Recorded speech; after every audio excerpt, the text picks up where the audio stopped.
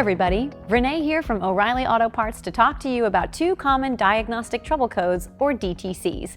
Today the codes I'll be talking about are P2096 and P2098. If you haven't stopped by a store for a free O'Reilly VeriScan diagnostic test, it's a simple way to get a full readout and recommendations that could help with diagnosis and repair. Technically speaking, OBD2 fault code P2096 means the post-catalyst fuel trim system is too lean in bank 1.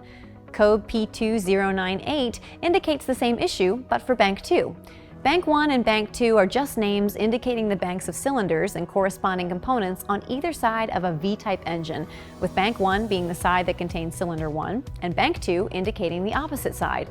In 4 cylinders or straight 6 engines, there will not be a bank 2, since there are not two sides to the engine itself. In practical terms, when you see P2096 or P2098, it means the powertrain control module in your vehicle is receiving information that indicates your engine's exhaust contains too much air in the exhaust system downstream, or after it passes through your catalytic converter.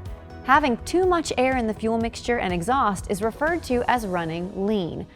P2096 and P2098 can come as a result of engine vacuum or exhaust leaks, a faulty catalytic converter, mass airflow or MAF sensor or oxygen sensor, issues with wiring connectors or fuel delivery, or in rare cases a control module issue.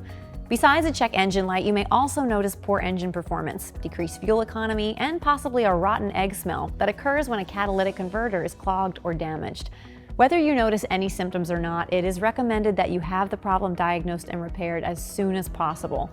Your vehicle may still run, but driving has the potential to make the problem worse or cause damage to other systems. Since the cause and most likely fix for these codes can vary from one vehicle to the next, we recommend starting with an O'Reilly VeriScan report. We also have additional resources in our How-To Hub to help you diagnose some of these and other common symptoms. If you're not sure where to start on this repair, we'd be happy to recommend a professional shop in your area to determine which of the possible issues have caused the code or codes and what your course of action should be.